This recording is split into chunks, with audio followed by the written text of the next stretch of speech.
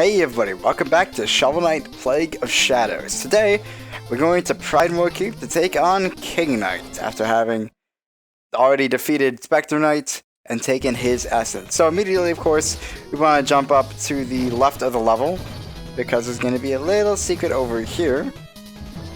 This is exactly like the start of the original level in Shovel Knight. And we got some statues you can make for a minimal amount of gold, and a fishing spot. Basically the exact same area, but hey, whatever, we get money. And also music cheat, that's pretty cool.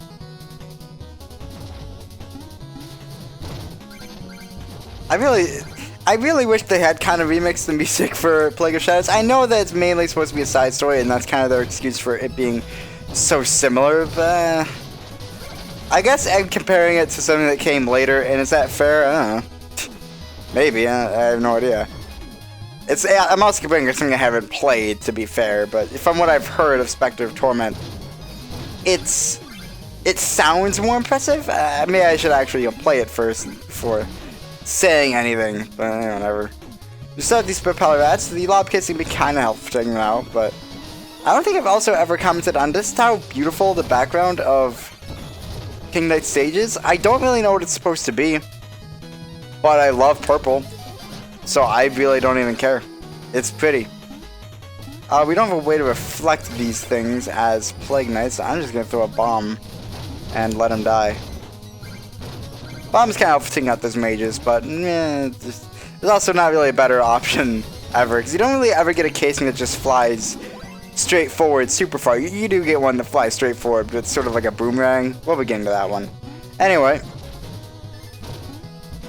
Here's why I wanted you to buy the Cascade Powder, or rather would advise you to buy the Cascade Powder. It is super helpful taking out these knights. You can only have one on screen at the time, but it basically negates their shield entirely.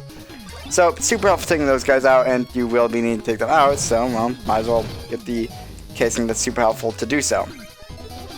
Spikes are, as ever, instant kills, so you definitely don't want to just walk into them like an idiot. Not that I've ever done that in any of my series, made just stupid deaths by walking right into them. Don't watch Mario Galaxy if you don't want to prove me wrong.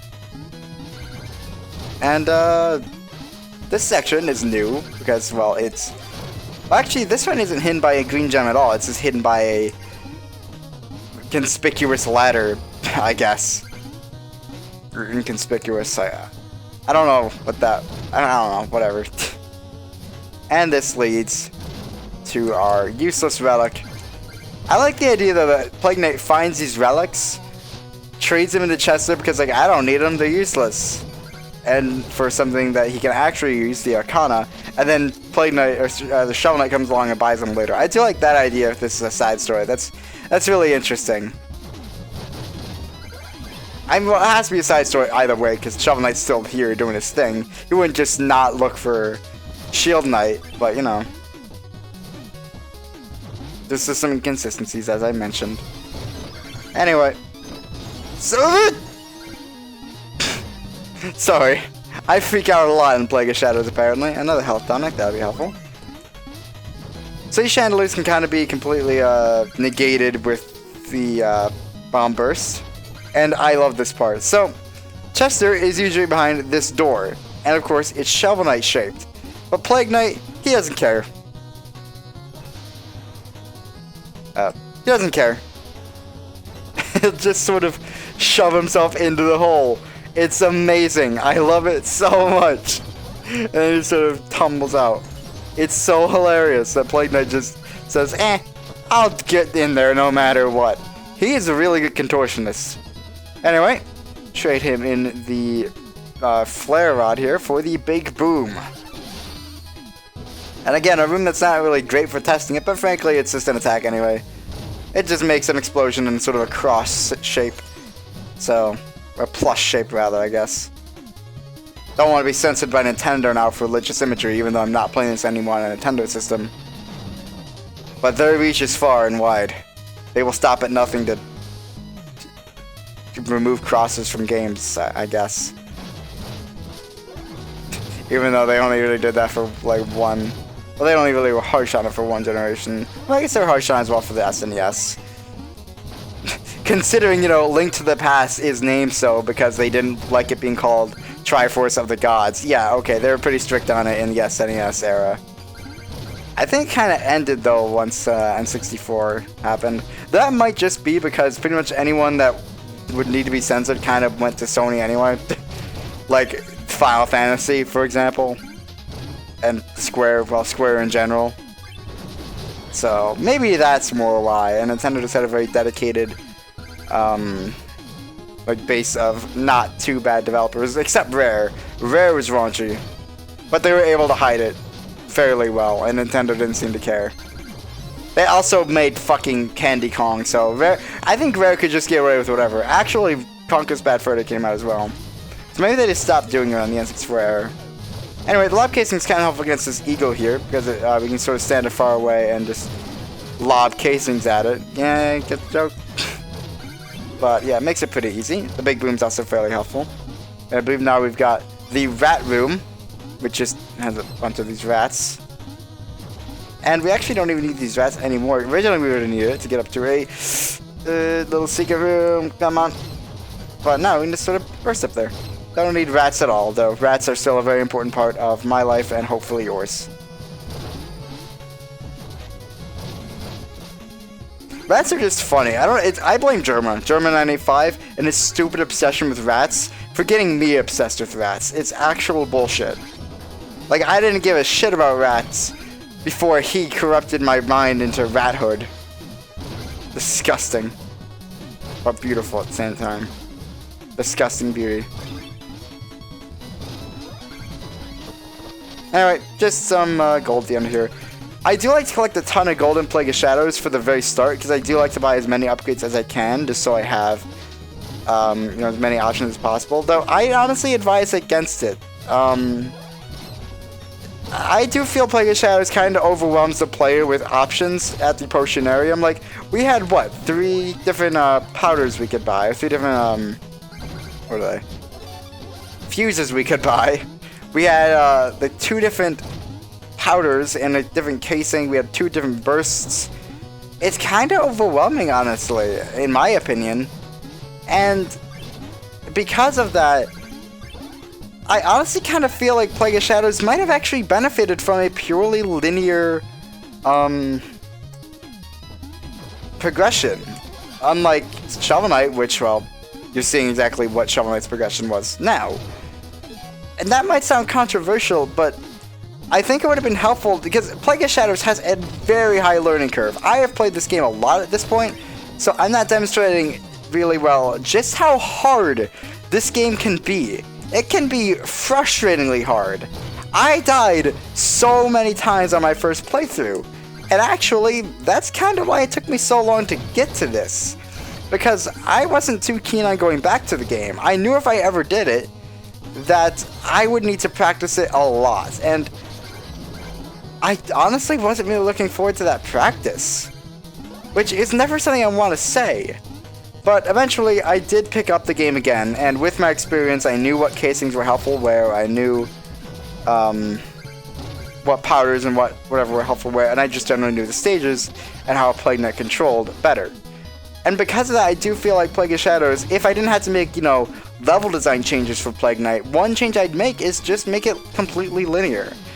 Give people the Cascade powder before they go, definitively, before they go to King Knight stage here, because it's super helpful. Give them specifically the lob casing before going to Spectre Knight stage. I think they would kind of benefit the game and teach the player in a more natural way than just sort of saying, hey, here's a great stage on Plague of Shadows, basic mechanics in terms of movement and your basic attack. Here's a bunch of other attacks that we're not really going to properly teach you how to use. And so that's why I kind of feel that a linear progression probably would have benefited Plague of Shadows. It isn't bad as it is, it just probably would have been better. Also, I mean, they kind of tried to do that with the cipher coins and research, because you can't just like buy everything right off the bat. You have to earn it, and with these cipher coins. But that's just my opinion. Plague Knight, you double-crossing constable of crucibles. Having fun in your little kingdom? Oh, sorry, I meant kingdom. Oh, this lavish lifestyle is in my blood, peon. Bask in the glimmering grace of a true monarch. As the embodiment of opulence, I demand tribute. Let's have that essence. I think I'll take that nice crown, too. And he just decides to fight us. Again, why? I don't know. He's just mad. I mean, we are being a kind of rude, sassy asshole, let's be fair. But that's not a reason to assault someone. Like, okay, look. If being a Nazi isn't, like, a legal reason to punch someone in the face, neither is being a snarky asshole, okay? That's my excuse for being a snarky asshole and not getting assaulted. That sentence and that statement went way further than I thought it did or would, and frankly, farther than I wanted it to go. But hey, whatever.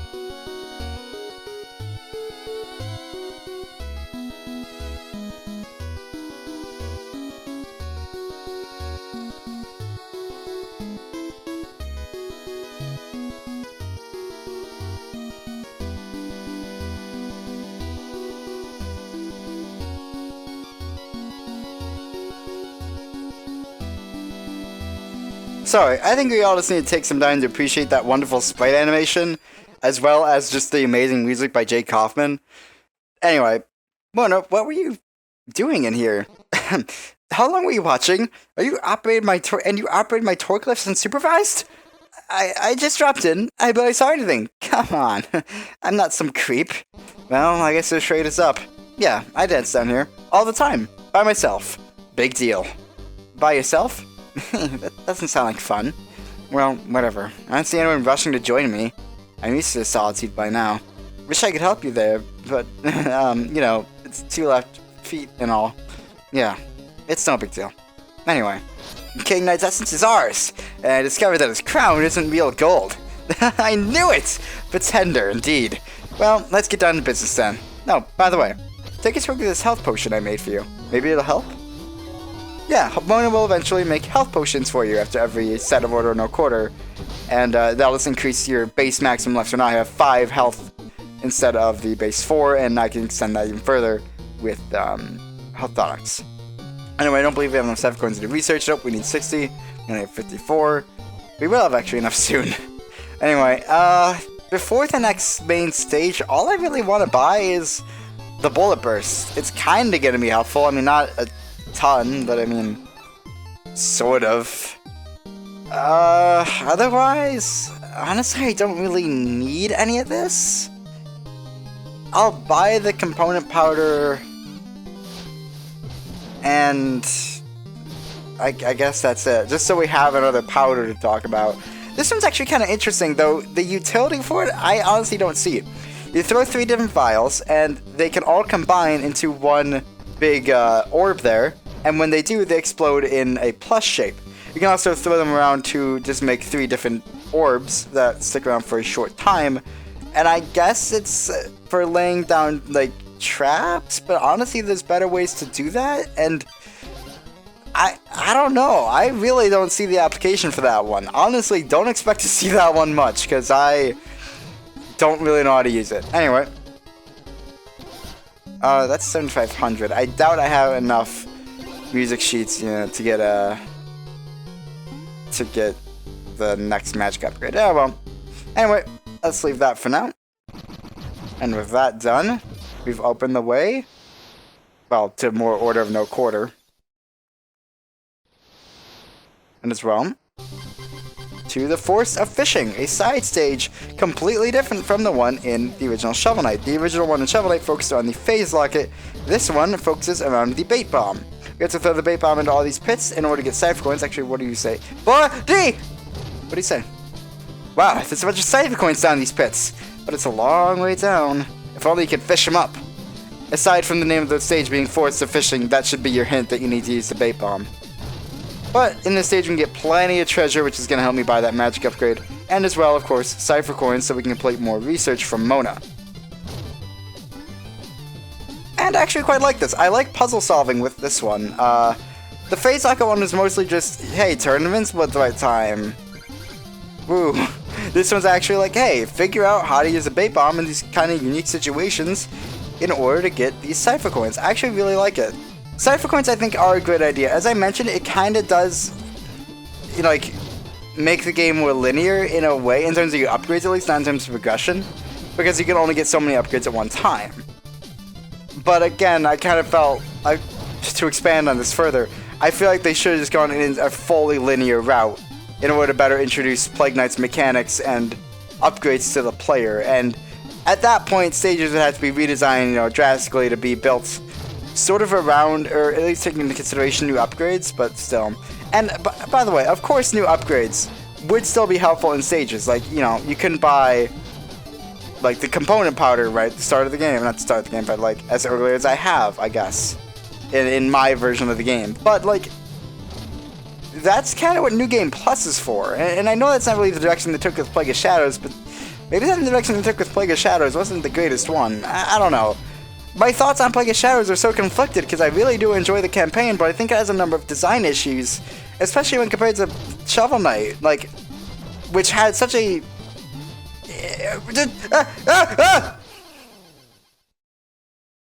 What I was trying to say was that Shovel Knight feels very intuitive, whereas Plague of Shadows takes a lot of getting used to, and inherently that's really not a bad thing. I just think Plague of Shadows probably could have done a better job of easing players into all of Plague of Shadows mechanics rather than just the base ones. Like Arcana, like moving with all these different bursts and relics. By the way, we have the bullet burst now, I never mentioned. Instead of just bursting straight and making an explosion around us, we shoot a bullet forward. That's all. That's the only difference. Nothing huge! No, not again! Can I even get this treasure back? Fuck me. I might be able to. I don't know. Actually, there's literally... Well... Do I want to risk it? No, I don't. There's literally no way I could get that and live. Well, fuck me. You know what I'm gonna do? There. Now I can get it when I come back. Okay, well, treasure recollected. I was actually just unaware that retracted at some point. Probably because I've never fucked around long enough there to make it retract, or to have it retract. So, yeah. Oh, you are a bitch. You are right, bitch. You're... God damn it! I know what people are gonna say. You're just ragging on Plague of Shadows because you're bad at it. And that is apparently absolutely true. But I will also say, I don't know what's happening. I have never had this much trouble with the Forest of Fishing. I've died before in it through the stupid mistakes, and yeah, that's what I'm making. But, like, I've never done it that badly. That was really dumb. Anyway, music sheet for completing that, and at the end of it, we also get full health tonics, which doesn't replace the pain in my heart, but whatever. For fuck's sake, for completing that as well, we have a little stage open up here, which is purely just a money collecting stage. Just auto-scrolling, money all around. It's a great way to get rich. And we need 7,500 gold in order to get the magic upgrade. But as long as we get 7,000, which we've already done, we'll be fine, because Percy was going to give us 500 gold! For the music sheet. I didn't even see those green gems across the green background. That was kind of weird. I'm gonna go for these. The good thing about Plague of Shadows, Plague Knight in general, is that with those dirt piles, you actually can just break them up in one vial. You don't need to swing them 3 times or 4 times or whatever. I think it was 5 times. 6 times, 7, a number of times, like you did with Shovel Knight. So that's convenient. Makes this one a lot faster, so you can get actually a good bit more money in this one than in Shovel of Hope, which is kind of cool. I'm just gonna use the Lobcase and break you down. There we go. 9,193 gold and some even more at the end of the stage. Very good. Very good run of that stage. And I believe that's it for everything in this first area. We got all the Cypher Coins here, we got all the Cypher Coins and music sheets everywhere. So let's head back to Mona and do some research.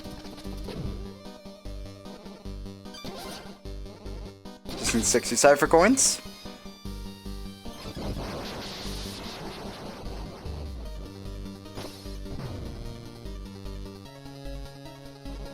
And new arsenal. We have the Orbit Casing, the Cluster Powder, which is also pretty helpful, but I couldn't afford that, and the Magic Upgrade, and I want that more. Remote Fuse, I could actually get that. But hold on, I'm gonna go turn in my music sheets to Percy after buying the Magic Upgrade and see how much money I have left. So there we go. And then Percy, still angry about the music on the music sheet. Whatever. Willong's unlocked a new song, this one being Waltz for One, which is a song Mona danced to. It is a very nice song, very calming and relaxing. Quite beautiful. And while we're here, I will go ahead and buy nothing. I'll buy the Remote Fuse, whatever. Remote Fuse is kind of interesting, though it's kind of dumb at the same time. Where is it? There we go. I would suggest pairing it with a casing or a powder rather. That will only let you have 1 bomb on the screen at a time, because the way the Remote Fuse works is you throw a bomb and then you hit the button again to detonate it. It will stay there for as long as you want until you hit the attack button again. Think like the remote bombs in Breath of the Wild, actually. That's why I suggest is doing it with the 1 on screen at a time, and that's why the Cascade powder is good, because you can only have 1 on at a time anyway. Even if you switch to the black powder, we try and throw another one and it just explodes the old one. We do throw another one at the same time, but honestly that's not too worth it. It's not usually that helpful. It's cool in a few specific scenarios, but for the most part it is kind of lame. Anyway, we've opened up the path to the next set of Order No Quarter. And the first one we're going to be fighting is Treasure Knight at the Iron Whale, because I believe the upgrade you get here is pretty good, if I remember right. Might be wrong. I don't remember. Anyway, see you guys then.